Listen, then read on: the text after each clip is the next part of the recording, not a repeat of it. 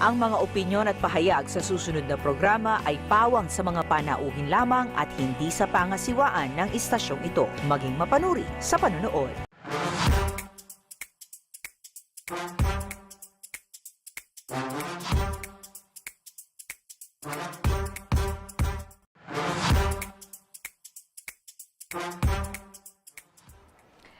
Ayan, magandang tanghaling mga kabalen. Kayo ay nakatutok pa rin sa community program ng inyong paboritong CLTV 36. Ito po ang topic. Sa ngalan ni Jody Dizon Mercado. Ako po muna ang inyong makakasama. No? Suki nyo na rin ako dito. Kilala nyo na po ako. Jana Lumbang Parungaw. Ang inyo pong makakasama sa kwentuhan ngayong araw. Ayan, napapanood nyo po kami live po sa ating official Facebook page, ang CLTV 36 Official, and of course our CLTV 36 News Facebook account. Meron din po tayo sa Instagram, CLTV 36 Official, sa Twitter, sa YouTube po, yung ating CLTV 36 Official, at syempre, yung ating pong website na cltv36.tv. Kayo po na mga nagti-TikTok dyan, naku, huwag niyong palalampasin na hindi po kasama sa mga pina-follow ninyo ang ating TikTok account, ang at CLTV 36.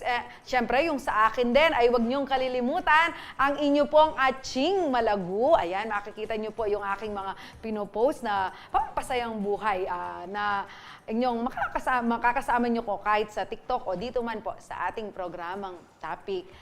At dahil ang commitment po namin sa inyo ay lagi kayong kasama sa ating kwentuhan, kaya naman meron tayong question of the day na sinagot po ng ating mga netizen at mga suki na rin. At kung kayo ay hindi pa nakakapag-komento, naku, sumali na po kayo. Ang ating pong question of the day, nanuing lagyuning kaya kayong barkada? Nga ng Carissa Abrahano Castro, Brats, since 2003, ay 20 years na po yan, Ma'am Carissa. Kaluwat na pala. Nga ng Gina Duya, for some beauties. Mga lago kayo nga siguro. Hindi naman pong Carilicel Salenga, MMHEL, since 1986. Love you mga friend ko. Ayan, karempong kaluguran ng Miss Lisel Salenga. Kaangana naman pong William Viernes, Team Manyaman. Waburi kaya tayong Team Manyaman na ini. Mailingla sigurong mamangan. Jill Anichete nga na po, we are Team Marites version 2.0 ba? Bala mo, Android kayo naman magtas kayo version Aching Jill. Nga na naman pong Rowin Soliman, Anak Bayan Boys, since 1989. Wow, pangaluwat na po, Nung kakakitala ka balen, kaluwat na rin kaya katamo nga grupo. Nga na pong John Mark Bukog, Tropang Likawok. Balo ko, asan niya yung Likawok? Siguro mahilig laman na sanding di ko yung John. Nga na namang Nukum Rain, Team Sumasayaw. Siguro dancer Larimi sa Rain. Ikita mo po karing nag-comments na po, 1986, 1985, 2003. Makita po natin na noon pa man, yung mga grupo na tulad nito, talaga namang siguro masasabi natin na napakatibay ng kanilang pagkakaibigan, o siguro masasabi natin kapag tumatagal, maituturing na rin nating sisterhood and brotherhood. Napakaganda na meron pong mga ganitong grupo na napopromote po natin yung magandang relationship. At mas maganda po siguro kung minsan nag-evolve ito. Minsan hindi na lang siya for good times and bad times, na lumalabas na rin po siya sa ating community. Kamukha po ng ating mga makakakwentuhan for today. Sa loob po kasi ng 9 na dekada, tapat na paglilingkod ang naging pundasyon ng Mu Sigma Phi bilang isang kapatirang nakatuon sa pagbibigay pangangalaga po. Isa sa kanilang pinagtutuunan, no, yung pagbibigay pangangalaga sa kalusugan ng komunidad na kanila pong kinabibilangan. Matapos ang 3 taong pandemic, siguro masasabi natin na ngayon napapunta na tayo ng pandemic exit, hindi pa naman talaga natatapos. May mga activities na balik face-to-face at na ulit kagaya ng mga tao ng serbisyo, ng pagbibigay serbisyo sa community na isinasagawa po para sa ating komunidad. Alamin natin kung ano-ano po yung mga serbisyo ang nakatakdang ihandog ng kanilang samahan para sa kapakanan ng mga mamayan. Makakasama natin po sina Miss Jumi Tayaban, ang Service Committee Chairperson ng Mu Sigma Phi Sorority, at si Mr. Joshua Siscar, ang bearer of the staff ng Mu Sigma Phi Fraternity. Welcome po sa ating programa. Miss Jumi, mag-greet ka muna sa ating mga manonood, lalo na sa mga kaibigan po ninyo na baka nakatutok po ngayon at nakikinig sa inyo pong magiging panayam for today. So good afternoon po to everyone, and to your broads and sisters also, especially. Hope you are having a happy lunch po. Okay, thank you po Miss Jumi. At kay Sir Josh, Sir Joshua, baka may mga nakaabang sa iyo ngayon na gusto mong i-shout out. Yes, good afternoon po to everyone, to our brothers and sisters of the Mu Sigma Phi Fraternity. Alam nyo, Sir Josh, Miss Jumi, no? Well, hindi naman ako sinabihan na kailangan na ganito ang kulay natin. So parang nagtugma yung aking kaisipan sa inyong kapatiran. Niloloko ko nga yung mga staff namin dito. Sabi ko, baka pagkatapos ng interview, pwede na akong magpa-recruit sa inyo. Total, parang I belong na rin. Ano? Pero kaganon man, pwede ko po bang malaman, Miss Jumi, no? Ano po ba itong Mu Sigma Phi? Anong klaseng kapatiran po ito?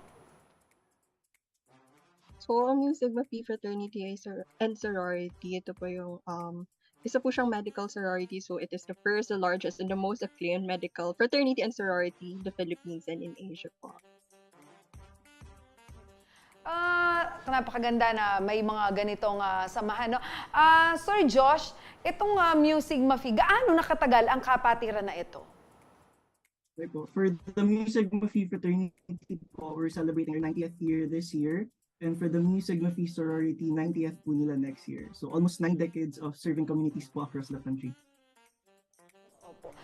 Miss Jumi, maaari ko bang malaman paano ka nasali sa samahang to? Okay, so even before po, service na po talaga yung main reason why I'm here, and I think most of our brothers and sisters naman po ay similar yung reason na nandito sila. So since ayun nga po, 90 years of transformative and sustainable service na po ang binibigay at hinahatid ng Mu Sigma Phi Sorority and Fraternity. Ayun po, makikita po sa pictures yung iba't ibang events. So yeah. Talagang very active. Opo, very active po talaga ang inyong samahan sa community service. Kaya po nagustuhan ninyo ang Mu Sigma Phi. Ano, Miss Jumi? How about Sir Josh? Paano po kayo nasali sa samahang ito? Aside po from the Mu Sigma Phi Fraternity being the first and the most acclaimed medical fraternity in the Philippines and in Asia, yung brotherhood po and syempre yung service activities that we do in the university and outside of the university po. Kaya well known at awarded yung fraternity and sorority in the Philippines. Opo. Sir, Miss Jumi and Sir Josh, no? Kapag kasi napag-uusapan nitong fraternity, sorority, hindi naman, although hindi naman lahat, pero alam mo na, sa kulturang ating kinagisnan, kapag pinag-uusapan ng mga fraternity, although those were the days, no? Dati pa rin yun, pero gusto ko lamang mabuksan, ano? Ano po ba ang kagandahan ng pagsali sa fraternity? Kasi minsan parang may kahit paano yung may kurot ng konting violence ang nakikita dyan ng mga ilang tao. Paano po ninyo binabago itong imahe na ito ng inyong ng mga samahan na kagaya po ng Mu Sigma Phi? Sir Josh. So for us po, the Mu Sigma Phi fraternity and sorority are different from other fraternities and sororities in the sense that yung services that we do, the projects that we do, they're well thought of, they're self-denying, they're sustainable, and they affect communities po across the country. And nare-replicate po siya kasi nagagamit siya ng mga communities na Paano yung, opo, Sir Josh, paano yung recruitment ninyo? O paano makasali sa inyong kapatiran? Siyempre, I believe gusto din ninyo na dumami yung inyong mga miyembro para dumami rin yung mga nakakatuwang ninyo no, sa pag-serbisyo. Pero siyempre, hindi naman ulit gusto mo, pwede kang sumali. May mga parametro ba kayo, mga parameters, mga requirements bago makasali? Una muna po sa fraternity mismo, Sir Josh. Opo. So, we involve po those who want to join also to the projects na we do po in the fraternity and sorority. So, they're also involved in the activities and the projects that we do po. Pero walang specific for an individual. For example, dapat may age bracket, dapat meron bang kailangan ito lang ang grupo na fraternity na miyembro kayo. May mga ganun ba? Hindi ako masyadong well-versed sa mga usapang kapatiran, no? Pero very interesting talaga kapag ganitong naririnig ko kung gaano kayo kaaktibo sa community. Yes po. Our members po for the students po, these are students of the UP College of Medicine for both the fraternity and the sorority. Yes, medyo nagkakaroon lang tayo ng technical difficulty, no? Sir Josh, medyo anuhin lang po natin yung signal natin medyo nawawala-wala po ang inyong audio. Miss Jumi, kayo naman po, gaano na kayo karami sa inyong sorority? Meron bang mga ano yan? Nahahati ba kayo sa mga areas? Or So, one in group addition lang po to, talaga kayo? Yes, po. We are one group po. So currently po, we are proud to say that we consist of 100,500 physicians na po and medical students all over the world po. So yung sa Mu Sigma Phi fraternity and sorority, so it is a medical fraternity and sorority. So we give prime importance po syempre so well-being of the Filipino people. Okay. Ma'am, kapag ba ganito, kunwari sumali ka sa isang group na kagaya ng sa inyo, do you require na kailangan meron silang talagang kailangang mag-allocate lang din sila ng time for your activities, hindi lang dahil gusto mong maging member para sumikat ka o gusto mong masabi na you are a part of a certain group, no? May mga nire-require ba kayo sa inyong mga miyembro? Or meron din bang kasi community service minsan kailangan nyo rin gumastos dyan. Not naman po in particular, pero syempre yung commitment and passion to serve po is among our criteria po. Okay. Sir Josh, gaano po ba ka-active ang inyong mga miyembro sa mga activities po na inilulunsad ng inyong fraternity? We're very active po, not just in the university but also outside the university, across po, different regions. So monthly we do missions, we have projects yun po, not just online pati face-to-face na po ngayon. Sa inyo pong mga miyembro, no? Karamihan ba ay parang mga freshmen or meron talagang alin ang mas marami? Yung mga bago-bago pa lang na pumapasok sa kolehiyo o kahit yung mga nasa fourth year, ganyan, mahilig pa. Kapag nakita nila kung gaano kayo ka-active sa community, ay parang nahihikayat na rin silang sumali. Across year levels naman po, as long as you're student po from the UP College of of Medicine. Okay. So napakaganda naman pala. At least nakikita natin po yung involvement ng mga kabataan sa ganitong klaseng kapatiran. Kasi nakikita natin, hindi lang siya basta barkadahan, hindi lang yung meron kang... Isa kasing napaka-important, naririnig ko rin, somehow, no? Ang mga kapatiran ay nakakatulong kapag after mong gumraduate, parang nagkakaroon din ng pagtutulungan sa loob ng inyong fraternity. Tama ba ako doon, Miss Jumi? Even after you graduated, talagang nandyan pa rin yung connection nyo sa bawat isa. Yes po. Our alumni, CSS, and alumni broads are very, very supportive po, especially sa mga projects po natin sa sorority. So even after graduation, they give support pa rin po talaga. They give full support in all our activities. So we are in constant communication naman po with them. And yes po. Napakaganda po ng mga ganong sinusundan ninyo sa ating kapatiran, no? Siguro po sa pagbabalik ng ating programa, no, pag-usapan naman po natin itong inyong service month na isinusulong, and siguro pag-usapan natin ano ba yung mga serbisyong nakapaloob dito at paano po maaaring makapag-avail ang ating mga kabalan. Huwag po kayong maglilipat. Lagi po kayo tumutok sa ating programa dahil hindi pa tayo tapos. Magbabalik pa po ang topic.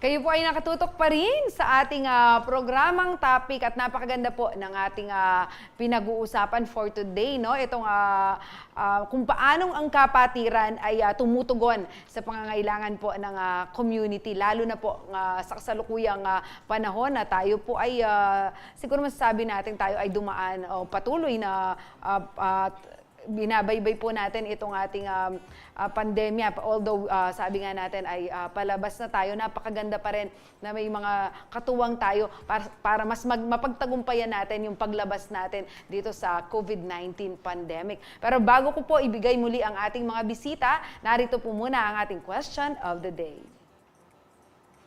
Nanu ing lagyuning kaya kayong barkada? Nga na pong Catherine Pasha Roland, mga lagu 86, siguro batch 86 Laricat, ne po. Nga na pong Demian J. Dugay, amazing high five. Minsan, sana po dininan nyo lang letra ito para akakitala na Sige, next time, makanyaninggawan tamo po. Bakang taakitala nung tutula pong mga lago, based kita pong karelang pakibat. Nga na pong Puyat Estrelita, CFC, Classmates and Friends Company since 1994. Ba, maluwat na yan naman yung grupo ng Ma'am Estrelita. Nga naman pong Azel Tadeo Atienza, CCTV Friends! Hashtag makatagya po yung Miss Mira Kiambao and Krisha Lising Tanglao. Oy, makaka-relate ko kayong CCTV Friends. Okay, next. Nga na pong Julian Soul, Choi Cute and Company. Ba? O miyabe Choi Choi kening lagyo ng Kuya J.A. ni. Choi Cute ka no, nga na. Nga na pong Lel Nakpil, Ponduan Stay Put Boys. Lagi lang siguro kayong Ponduan din. Anya makantahin lagyuda. Next, nga na pong Bea Mariano Torrevillas. AABM. Abe bang matibe. O, mahalo daramdaman, lagi kang daramdaman yan. Shout out kaya kayo guys. Kumusta kayo nga na pong Miss Bea? Nga na pong Lawrence, single ladies and Theoriganal. Oh, okay, single ladies. Hanggang ngayon pa po ba? Single ladies kayo, Miss Lawrence? Ayan, dimdam yo po kaya katamong kabalen na Mickey, ba't ka pa nga santing na po lagyo? Anyway, medyo nakarelate po ako ng konti. Naalala ko yung aming grupo nung nag-aaral kami ng college. Actually ano lang po kami nun. Four lang kami. Si Miss Patricia Mamangon ng GNN TV 44, nakasamahan ko sa media. Si Mr. Manuel Divina, si Miss Joavalin Inaldo, si Charisma Manyalak. Yan, 4 lang kami nung college kami, pero meron kaming grupo. Ang tawag sa amin, Search for a Star. Kasi lagi naming binabantay, parang yung CCTV kanina, no? Lagi naming binabantayan yung aming mga classmates and then magtitinginan lang kami. Alam na namin yung nasa isip ng bawat isa. Actually, ganyan tayo nung college, no? Isa sa mga paborito natin talaga, ewan ko lang, no? Siguro nag-evolve na sa mga marites, pero noon pa man talaga, mahilig na tayong mag-observe. Siguro po, part yan ng pagiging observant po natin sa ating kapaligiran. At isa rin siguro sa mga spices na masasabi natin sa buhay ng tao yung lagi po tayong nag-observe. Basta ang mahalaga naman po ay laging katotohanan lamang yung ating mga kinukwento based po sa ating mga obserbasyon. At napakaganda kung ating pong grupo, ang ating pagkakaibigan, ang ating kapatiran ay magkaroon po ng isang napakagandang direksyon at misyon. Lalo na po ito yung makatulong po tayo sa community, kagaya po ng Mu Sigma Phi na bisita po natin for today. Nandito pa rin sina Miss Jumi at si Sir Josh. Sir, kanina napag-usapan natin gaano kaganda ito pong inyong kapatiran at kung paano nito binubra yung mga masamang imahe ng salita o ng terminong fraternity. Kaya naman puntahan natin ito talagang magandang advocacy ninyo. Ito yung tinatawag ninyong Service Month na kung saan marami kayong activities. Sir Josh, bakit tinawag nyo itong Service Month? Ito, every April lang po ba talaga ito? So yes po, one of the pillars po of the fraternity and the sorority is service. And yes, we celebrate it annually. Every April po siya. Before, because of the pandemic, 3 years yung po tayo naging online. But now we're given the chance to actually do face-to-face activities. So for almost 9 decades already, ang dami na nating partner communities and organizations na nagpo-forward po ng sustainable service and nagka-catalyze ng empowerment ng communities na yun. So ibig sabihin, hindi ito ang Mu Sigma Phi lamang. Meron kayong mga partner agencies and organizations. So for this year, syempre nakakatuwa rin minsan na malaman natin sino-sino itong mga partners ninyo para sa maging successful itong inyong service month. Maaari ko bang malaman, Miss Jumi, sino po ang mga partners natin for this year? Yes po. So, yung Sigma Phi Fraternity, yung Sigma Phi Service Month 2023 is co-presented by Bahay Salominan Incorporated. We also have SBK South Philippines and Tahanan ni Gino Incorporated po and different media partners po. Kasi when we are celebrating Women's Month, Fire Prevention Month, it's a month-long celebration or activities no na sa loob ng isang buwan. Ganon din ba ang sa inyo? Buong buwan ng April ay may nakaschedule kayong activities, Josh? Yes po. So, across yung weeks po natin, marami po tayong activities and I think we're going to bring them up later sa lineup po ng services and projects po natin. Okay. Miss Jumi, maaari po ba nating siguro isa-isahin yung mga major activities po ninyo para sa inyong service month?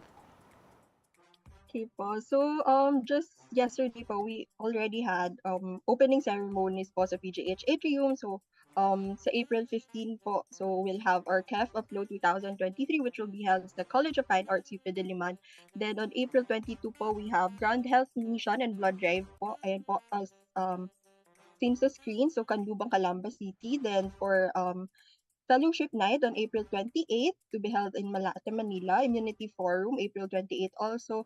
2023 to be held on Zoom. Then we have our new expeditions po on April 30 sa Mount Makiling and Lukson on the Go, which is a blood drive po on May 5, 2023 sa PGH naman po. And another med mission po on May 7 sa Diliman, Quezon City. So we have eight events po for this year's lineup. Activities para sa inyong service month. Di ba sabi po natin, balik face-to-face. So, ibig po bang sabihin, itong nakaraang pandemya, specifically po 2020 and 2021, 2022, na-stop po ba? Or meron kayong ibang way para ma-execute or para magkaroon pa rin ng service month? So nakapag-celebrate pa rin po kami ng Service Month kahit na online po in the past few years. Particularly po noong 2020 during the onset po ng pandemic, we were able to help out rin DTTBs, yung mga Doctors to the Barrio, different provinces with our Mu Relief. So it's a service arm po of the Mu Sigma Phi Fraternity and Sorority. So we were able to donate more than 3 million pesos and help different provinces po across the country pagdating po sa pag-acquire ng PPEs and the needed Napakarami po ninyong activities, Miss Jumi. Ito po bang mga activities ninyo, kumusta na ang inyong paghahanda? Gaano pa kahaba ang preparations ninyo?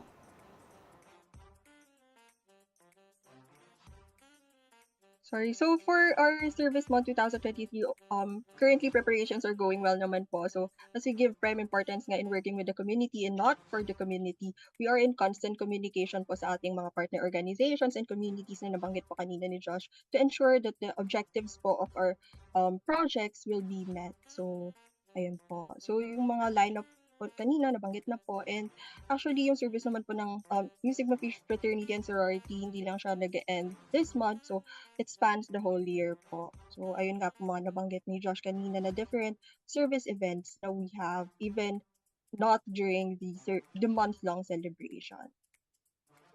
Yung mga participants sa inyong mga forum, yung mga beneficiaries dun sa medical mission, dun sa meron kayong Grand Health Mission and Blood Drive na ganito.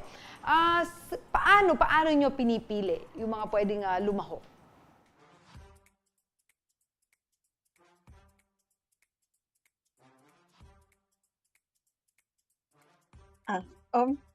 For our we partner with, so first we tap po our CSS and Broads kung saan po sila. So we have DTTB CSS and Broads also. So we tap sa community. Then we do needs assessments po sa community to know kung ano po yung mga needs ng community na yon, and para catered po towards sa needs ng community and kung ano yung may sense of ownership po sa community. So, actually, yung mga different service events naman po namin, we try to target as much as possible the three islands po of the Philippines. So, Luzon, Visayas, and Mindanao. So, ayun nga po, nabanggit po ni Josh kanina. So, yung relief, we were able to provide relief operations po in different parts of the Philippines along with the Project H2O and ayun po sa COVID response awareness po also before. So, yeah, we try to start Tinitingnan ko as po itong much as inyong possible. service month activities, no, yung list of activities. Halos ay marami din po ang health related, no. Kagaya po nitong lukso ng dugo. Ano po ba itong lukso ng dugo? Kasi meron na ako nakita ditong Grand Health Mission and Blood Drive. Iba pa po ba yung lukso ng dugo? Yes po. So for Lukso ng Dugo po, it's a blood donation drive po, usually in partnership with the PGH Blood Bank po. Actually, no, during the pandemic, ang isa sa mga naging problema na nakita natin, no, at isa rin sa mga sinasabi po ng Philippine National Red Cross at saka yung mga yung ating mga blood banks sa ating mga public hospitals ay yung kakulangan ng dugo. So napakaganda po na meron kayong ganitong activity. Ano po? Yung lukso ng dugo, mga member nyo po ba yung mga nagdo-donate ng dugo or you have partnered with PNP? Kasi usually ganyan ang ano ko sa mga blood donation activities, no? Mga nasa PNP, AFP. Kayo po dito sa lukso ng dugo, halos po ba mga miyembro ninyo ang sumasali?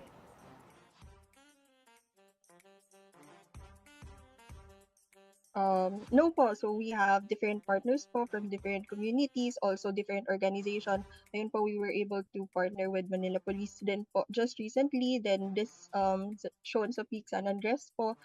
And different partner communities po, like for the Grand Health Mission and Blood Drive po will have we partnered with the Canlubang, Barangay Canlubang and Calamba, and for the Lukso ng Dugo po, we've partnered with medical organizations also, and ayun po, different organizations. Alam niyo na iba-ibang areas, no, yung doon ninyo inilulunsad itong inyong mga activities. Meron kayong sa UP Diliman, meron kayong sa Calamba City, meron sa Metro Manila, meron sa Mount Makiling, PGH, Quezon City. So, ang magkakalayo-layo din somehow yung mga lugar. Gaano karami kayo na nagwo-work? Para meron ba kayong mga grupo na nakatuon sa isang activity para ma-assure natin na merong nagfo-focus sa bawat areas kung saan inilulunsad ninyo itong inyong serbisyo?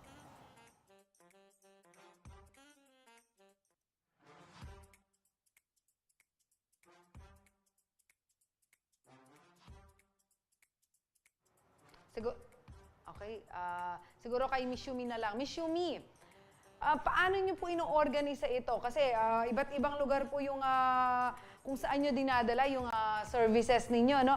May mga grupo ba na nakafocus, for example, sa Calamba City, malayo yan, sa Quezon City. So, meron na kayong mga nakatalagang mga kasamahan doon. Hindi Yes, yung so with the isang help of buong grupo ninyo, lahat wino-work out ninyo ito. Yes po. Apart from our broads and sisters po on undergrad, we've also, ayun nga po, may full support naman po with our alumni and alumna broads and sisters, and with the help of the partner communities po, mas napapadali naman po yung pag-execute ng mga events na ito. Alam niyo, Miss Jumi, ang nakikita ko po dito, no, hindi lang siya basta masabi na merong activity, na meron community service. Ang nakikita ko dito, ito, totoo talaga siyang community service, no? Kasi ang dami, month-long, tapos ang dami ng mga lugar na pinupuntahan ninyo. Kasi minsan, parang, meron namang, although hindi lahat, pero meron na parang para lang may maipresenta, na may activity sila, may photo opportunity, alam mo yung mga para sa portfolio. Pero yung sa inyo, the way na nakikita ko ito sa dami, sa mga lugar na pupuntahan ninyo. I believe ito ay isang napakagandang outreach program ng inyo pong fraternity, at sana yung mga ibang kapatiran ay maging katulad ng inyong samahan para mawala na yung stigma na nakadikit po sa mga kapatiran, sa mga fraternity. Ano? Maraming salamat po. Baka may gusto po kayong i-announce, Miss Jumi, pauna ka na po kayo.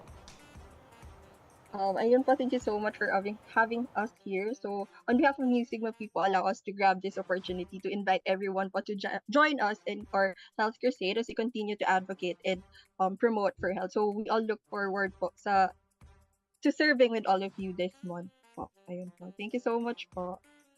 Miss Jumi, Sir Josh, kayo baka may announcement kayo o mga pahabol pa na hindi ninyo nabanggit or hindi nasabi po ni Miss Jumi? Sige po.